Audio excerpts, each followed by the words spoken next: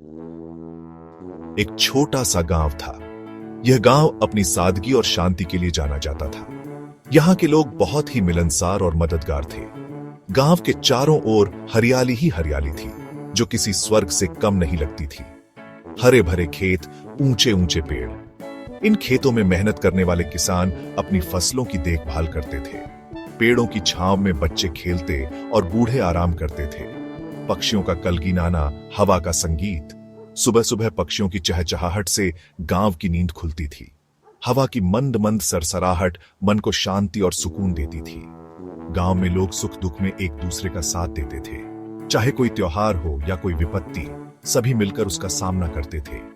गांव की एकता और भाईचारा देखने लायक था। सभी मिलजुल कर रहते थे। हर किसी के चेहरे पर मुस्कान होती थी और दिल में एक दूसरे के लिए सम्मान। गांव की इस एकता ने उसे और भी खास बना दिया था। इसी गांव में रहता था रहीम। रहीम एक साधारण किसान था, लेकिन उसके दिल में सबके लिए बहुत प्यार और सम्मान था। वह हमेशा दूसरों की मदद के लिए तैयार रहता था। रहीम दिल का नेक था। उसकी नेक दिली के किस्से पूरे गांव में मशहूर थे। लोग उसकी तारीफ करते नहीं थकते थे। हमेशा दूसरों की मदद के लिए तैयार रहता। चाहे किसी को आर्थिक मदद की जरूरत हो या किसी को सलाह की, रहीम हमेशा सबसे पहले खड़ा होता था। रहीम के पास थोड़ी सी जमीन थी। उसमें खेती करता। वह अपनी मेहनत से फसल उगाता और उसे बेचकर जो भी पैसा कमाता, उसका एक बड़ा हिस्सा गरीबों में बांट देता। मेहनत का पैसा गरीबों में बांट देता। रहीम का मानना था कि असली खुशी दूसरों की मदद करने में है। वह कहता था, दूसरों की खुशी में ही असली खुशी है। रहीम कहता, दूसरों की खुशी में ही असली खुशी है। उसकी सोच ने उसे गांव में बहुत लोकप्रिय बना दिया था। लोग उसकी इज्जत करते थे और उसे अपना आदर्श मानते थे। गांव वाले रहीम को बहुत मानते थे। उसकी नेक दिली और मददगार स्वभाव के कारण लोग उसे बहुत पसंद करते थे। रहीम की वजह से गांव में एक अलग ही माहौल था। उसे अपना हितैषी समझते थे। रहीम ने अपने नेक कामों से गांव वालों के दिलों में एक खास जगह बना ली थी। उसकी कहानियां दूर दूर तक फैली हुई थी। रहीम के नेक कामों की चर्चा दूर दूर तक थी। उसकी कहानियां सुनकर लोग प्रेरित होते थे और उसकी तरह बनने की कोशिश करते थे। रहीम का जीवन एक मिसाल था कि कैसे एक साधारण इंसान भी अपने नेक कामों से दुनिया में बदलाव ला सकता है। एक साल अकाल पड़ गया। गांव के लोग परेशान थे क्योंकि बारिश का नामो निशान नहीं था। खेतों में पानी की एक बूंद भी नहीं थी और फसलें सूख चुकी थीं। सूरज आग उलट रहा था। दिन भर की तपिश ने लोगों का जीना मुश्किल कर दिया था। धरती तप रही थी। खेत सूख गए। हर तरफ सिर्फ सूखा और बंजर जमीन थी। अनाज के दाने नसीब नहीं हो रहे थे। गांव के भंडार खाली हो चुके थे। लोग अनाज के लिए तरस रहे थे। लोग भूखे पेट सोने लगे। बच्चों के चेहरे पर उदासी और बड़ों की आंखों में चिंता साफ झलक रही थी। रहीम का दिल दुखी था।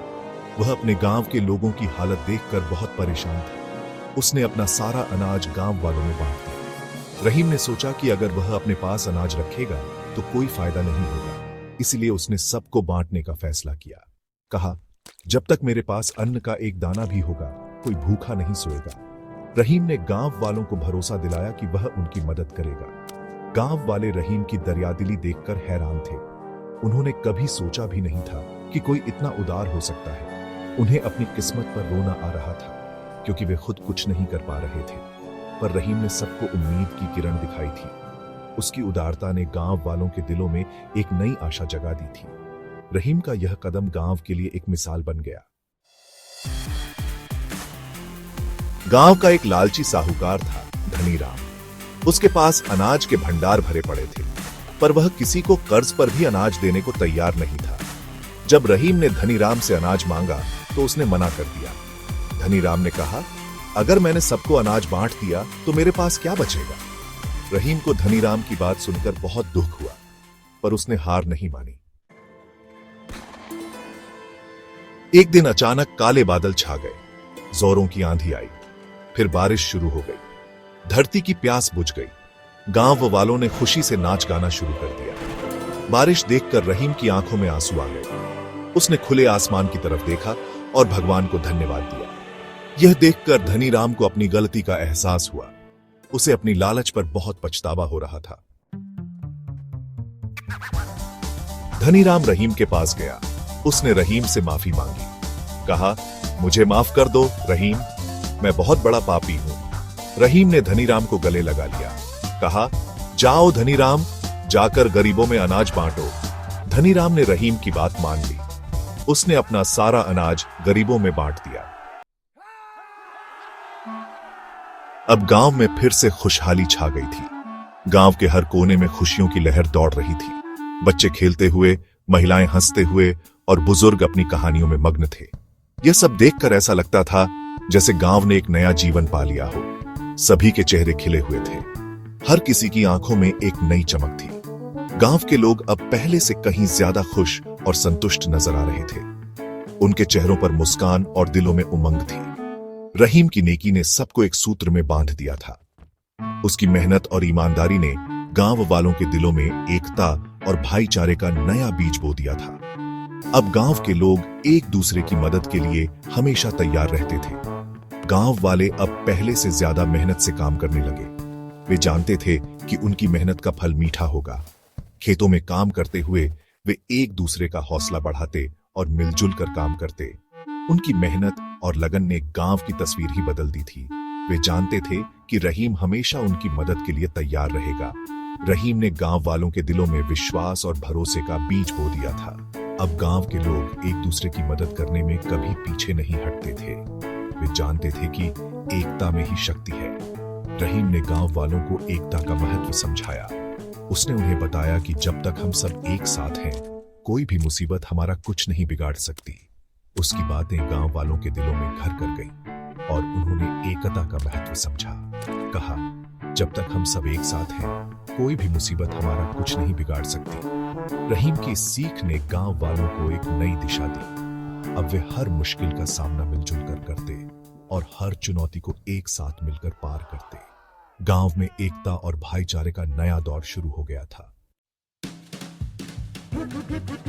जल्द ही फसल पककर तैयार हो गई। खेत लहलहा उठे थे। हर तरफ खुशियां ही खुशियां थीं। गांव वाले एक दूसरे को बधाई दे रहे थे। इस बार फसल पहले से भी अच्छी हुई थी। धरती जैसे रहीम की नेकी का बदला दे रही थी। रहीम यह देखकर बहुत खुश था। उसे अपनी नेकी का फल मिल गया था। गांव वालों ने मिलकर रहीम को अपना मुखिया चुन लिया। रहीम ने भी बिना किसी हिचकिचाहट के यह जिम्मेदारी स्वीकार कर ली। रहीम ने गांव के विकास के लिए बहुत से काम किए। उसने गरीब बच्चों के लिए स्कूल खुलवाया, किसानों को खेती के नए नए तरीके सिखाए। रहीम गांव के लिए एक मिसाल बन गया था। रहीम की कहानी हमें सिखाती है कि नेकी का फल मीठा होता है। जो लोग दूसरों की मदद करते हैं, भगवान भी उनकी मदद करते हैं। हमें हमेशा नेकी के रास्ते पर चलना चाहिए, क्योंकि नेकी ही इस दुनिया को बदल सकती है। नेकी ही इंसानियत की पहचान है। नेकी का प्रकाश फैलाते रहो, क्योंकि जब तक दुनिया में नेकी है, तब तक उम्मीद की किरण बाकी है।